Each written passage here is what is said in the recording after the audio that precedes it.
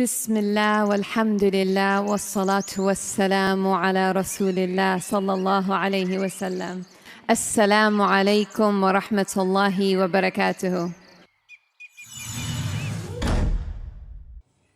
यहाँ पे मैंने इमली ली है, ये एक पैकेट था उसका मैंने हाफ कर लिया है।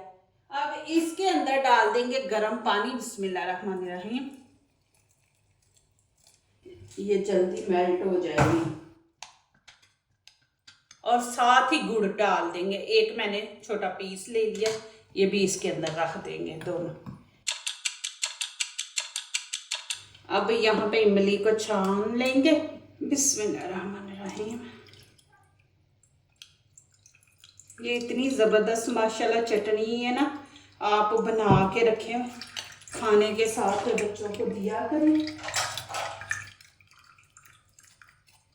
अब इसके अंदर हम मसाले डालेंगे। यहाँ पे हाफ टी-स्पून नमक डाल दूंगी, आप अपने टेस्ट के मुताबिक डालें जितना आपको पसंद है।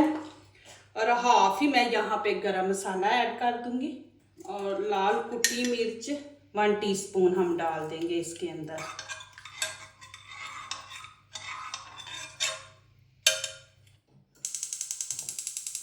अब इसको 2-3 मिनट हम पकाएंगे, फिर मैं आगे दिखाती हूँ।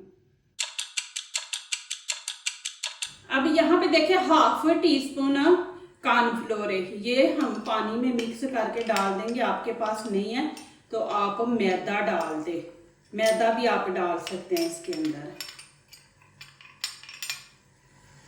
बिस्मिल्लाहिर्रहमानिर्रहीम।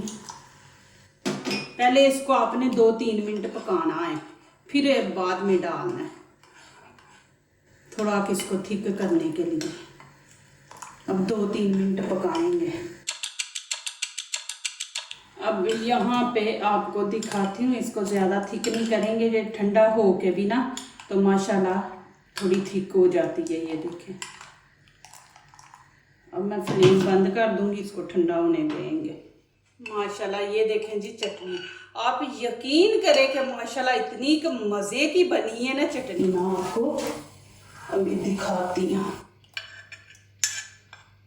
बहुत ही मज़े की है माशाल्लाह। ये देखिए, आप ये वाली चटनी बनाएं, माशाल्लाह आप बार बार बनाएंगे, बहुत मज़े की चटनी है।